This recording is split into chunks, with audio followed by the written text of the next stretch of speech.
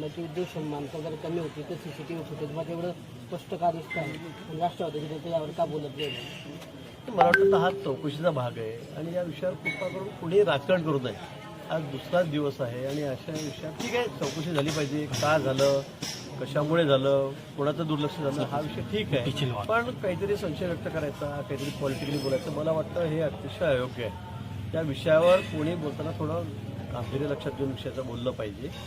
चौकशी सखोल होते. दिल्लीहून सगळ्या टीम त्या ठिकाणी आलेल्या आहेत, DGCच्या टीम आलेल्या आहेत, सगळे त्या ठिकाणी काम व्यवस्थितपणे चाललेलं आहे. स्वतः मंत्री त्या खात्याचे त्या ठिकाणी होते, गृहमंत्री येऊन गेले, पण विनाकारण काहीतरी संशय तयार होईल अशा पद्धतीने कोणी बोललो. काही वक्तव्य असे की ते राजकीय आहे. मला वाटतं एवढ्या गंभीर विषयामध्ये एवढ्या दुर्दैवी ही घटना आहे आणि त्यामध्ये मला असं वाटतं की थोडं आपण सांभाळून बोललं पाहिजे. बहुत दोन्ही राष्ट्रवादी पुन्हा विलिनीकरण होईल अशा चर्चा रंगत आहेत आणि होणार असल्याचं सुद्धा अगोदर चर्चा होती. अजितदादांच्या काळातही 8 फेब्रुवारीला ती घोषित होईल असं सांगितलं जात होतं. तुम्ही या सगळ्याकडे कसं बघताय? मला वाटतं हा दोन्ही पक्षांचा विषय आहे. म्हणजे अजितदादा गट असेल आणि शरद पवार साहेबांचा गट असेल हा त्यांचा दोघांचा विषय आहे. आता त्या संदर्भामध्ये काही आधी हालचाली सुरू होत्या असं आपण दाखवत होतो. तशा पद्धतीने काही मूव चाललेली होती, पण आता अखाली दादा आपल्याकडे निघून गेलेत. खरं म्हणजे हे खरं नखन्य आहे, पण वस्तुस्थिती आहे. आता पुढे काय होतं या संदर्भामध्ये हालचाली होतील, पण मला वाटतं 2-3 दिवस तरी जाऊ द्यावे लागतील. सुनेत्रा पवारांकडे उपमुख्यमंत्रीपद दिलं पाहिजे अशी आता मागणी पुढे येते. याकडे सगळं कसं बघतो? मला वाटतं हा राष्ट्रवादी काँग्रेसचा दादा गटाचा प्रश्न आहे. या संदर्भात आम्ही काही टिप्पणी करणं हे काही मला वाटतं योग्य होणार नाही. पण हा सर्वस्वी त्यांचा विषय. त्यांचे जे आमदार आहेत, त्यांचे सर्व नेते आहेत दुसऱ्या फळीतले, ते या बाबतीत विचार करतील, ठरवतील. माननीय मुख्यमंत्री महोदयांची मला वाटतं कारण आपण जे आताच बघितलं की भेटही घेतलेली आहे. जास्तीत मला काही या विषयात माहिती नाही. काल मुख्यमंत्री महोदय मुंबईला गेले आणि मी पुण्याहून इकडे आलेलो आहे, जळगावला आलेलो आहे. भाजपने अजितदादांमध्ये 70,000 कोटींचे आरोप घोटाळ्याचे आरोप. मला वाटतं हे विषय हे आरोप मागे घ्यावेत अशी ही श्रद्धांजली ठरायला श्रद्धांजली. मला वाटतं या विषयामध्ये कुणीही राजकारण करू नये मला असं वाटतं. म्हणजे आज दुसरा दिवस आहे आणि आपण काय काय बोलतोय काय नाही, तर याला थोडंसं आपण आपला कंट्रोल ठेवला पाहिजे मला असं वाटतं. त्यामुळे 2-4-5 दिवस नंतर तुम्हाला काय बोलायचं ते बोला, पण आज दुसरा दिवस आहे आणि आपण काय बोलतो आहोत. मला वाटतं सगळ्या गोष्टीमध्ये राजकारण केलंच पाहिजे का, आणि त्याची काही काळ वेळ असते की नाही हा माझा प्रश्न खरा म्हणजे. अर्थसंकल्प आता देवेंद्र फडणवीस सादर करतील असे आहे. आज ते सांगणं कठीण आहे. अजून अधिवेशनाला वेळ आहे. म्हणजे लगेच उद्या परवा अधिवेशन नाही आहे.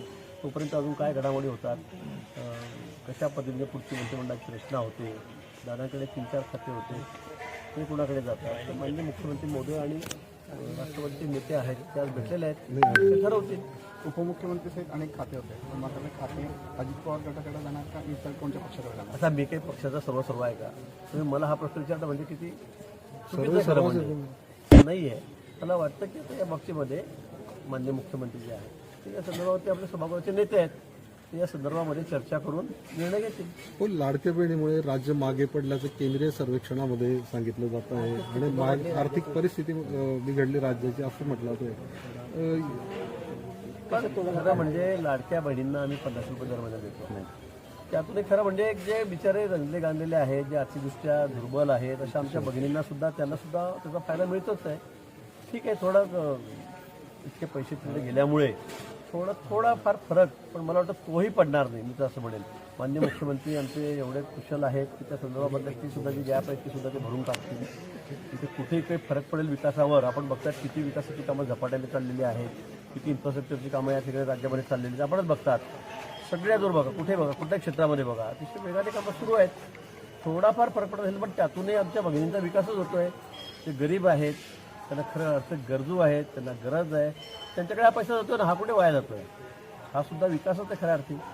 गरीब माणसाला मदत 2 पैसे कर्ज मिळाले, 50 रुपये कर्ज मिळाले, तर हा सुद्धा विकासाचाच एक भाग आहे मला असं वाटतं.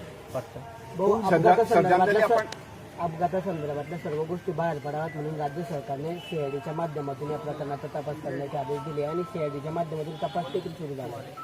मी म्हणत CID करू द्या, CBI करू द्या, झालं पाहिजे ना. अपघात झाला कसा, ते कळायला पाहिजे. म्हणजे आम्ही पण अचंबित आहोत. मी त्या ठिकाणी धावपट्टी काल लावून बघितली, ऍक्शन तर स्थळावर त्या ठिकाणी गेलो की स्ट्रीप लागायच्या आधी विमान खाली कोसळलं कसं, मग ते वर्तुळासारखे बिघाड होता का? तर ते जे दाखवलं त्या फोटोमध्ये असं तिरप होऊन गेलेलं होतं उतरताना अगदी 100 फूटवरती 200 फूटवरती. म्हणजे खरं वस्तुस्थिती काय, ब्लॅक बॉक्स काढलेला आहे, त्याच्यामध्ये काय आलेलं आहे, पण नेमकं काय झालं हे समोर आलं पाहिजे.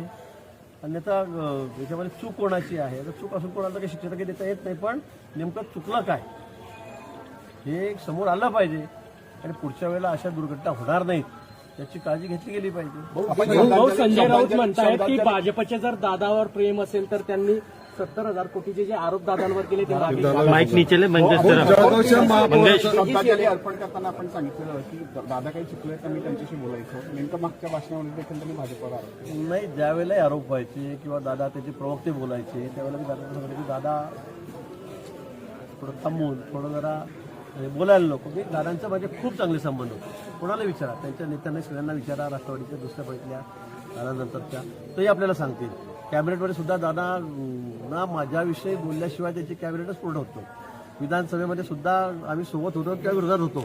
समोर असताना सुद्धा दादा माझ्याबद्दल काय काय बोलायचे तुम्हीच सगळं टीव्हीवर दाखवलेलं आहे. आणि नंतर मग आम्ही बाहेर आल्यावर खूप एकमेकांना ओढायचो, बोलायचो. ही वस्तुस्थिती आहे. त्यामुळे हेही खरं आहे. मागच्या वेळी दादा ज्यावेळेला फाईलच्या बाबतीत बोलले म्हटलं दादा आपण असं बोलू नका, आणि ते नाही, त्यांचे प्रवक्ते सुद्धा बोलायचे. आमदार पत्र दाखल करायला सुरुवात झाली आहे. वेगवेगळ्या नावांची चर्चा आहे. नेमका फॉर्म्युला कसा असणार आहे भाजपचा? अजून त्या बाबतीमध्ये चर्चा झाली नाही. आता मी आहे, राजू मामा आहेत, त्यांच्यामध्ये शेवटची इच्छा आहे. आम्ही तिकडे बसू, आजच बसू. आज उद्यामध्ये मला वाटतं या संदर्भामध्ये आम्ही चर्चा करू आणि नाव ठरवू. आमच्यामध्ये कुठे असं काही दुमत नाही आहे. एका मताने आम्ही नाव ठरवू. जळगाव असेल, धुळे पण असेल आणि नाशिकही असेल. नाशिकची आज उद्यामध्ये जाणं बहुत ज्येष्ठतेला प्राधान्य देणार आहेत का नव्यांना संधी देणार आहेत? आता ते बैठक झाल्यावर चर्चा झाल्यावर ठरेल ना. आताच कोणाला नव्यांना, जुन्यांना, किती वर्ष झालेल्यांना, किती वय असलेल्यांना, मला वाटतं हे आजचा विषय नाही. मला वाटतं आम्ही तीव्रसोबत बसून जे महिला राखीव झालेलं आहे ते महिला राखीवमध्ये अनेक महिला आहेत भाजपामध्ये ज्या महापौराच्या दावेदार आहेत. जळगाव शहराचा जर विचार केला तर अशा त्या सिनियर पण आहेत, पण कशा पद्धतीने आपलं आखणी असेल महापौर संदर्भातला विषय आहे. ते सिनियर पण काय ज्येष्ठ कार्यकर्ते पण आहेत. सगळ्याच गोष्टी तपासून घेऊ आणि तिकडचं बसून निर्णय घेऊ. पूर्ण 2.5 वर्ष एकच असेल भाऊ महापौर. आता काही सांगता येत नाही. अजून चर्चा झाल्याशिवाय बसल्याशिवाय आता काही सांगता येणार नाही. तर आज उद्यामध्ये आम्ही हा निर्णय करतो. बारामतीच्या विमान अपघातानंतर राज्यातील इतर विमानतळांचा विस्ताराचा प्रश्न हा आता समोर आलेला आहे. काय भूमिका केली? काय विस्तार झालाच पाहिजे. त्यामुळे जळगाव ते विस्तारीकरण हो चाललंय. तर पुढच्या महिन्यामध्ये आपल्याकडे उद्घाटन आहे. अजून मोठा 350 कोटी रुपये आपण विस्तार करतोय, पार्किंग वाढवतोय. कारण इथे आपल्याकडे फार वाईट अवस्था आहे. एक विमान उतरलं की दुसऱ्याला उतरता येत नाही खाली, जागाच नाही पार्किंगला. कुंभमेळा समोर आहे. त्यामुळे नाशिकमध्ये तर 750 कोटी रुपये खर्च करून आपण तिथला विस्तार करतोय. त्याच्या कामाला सुरुवात झालेली आहे अतिशय वेगाने. आता इथं सुद्धा पुढच्या महिन्यामध्ये उद्घाटन होईल आणि त्या उद्घाटन म्हणजे शुभारंभ होईल कामाचा. मंत्री स्वतः येणार आहेत, कॅबिनेट मिनिस्टर राज्यामध्ये. आणि त्यानंतर आपण तात्काळ मला वाटतं 6-8 महिन्यामध्ये, वर्षभरामध्ये कुंभमेळ्याच्या विमानाचा आपण विस्तार करणार आहोत. आणि जी स्ट्रीप आहे आपली धावपट्टी ती सुद्धा वाढवतो की जेणेकरून मोठी विमानं सुद्धा या ठिकाणी येऊ शकतात.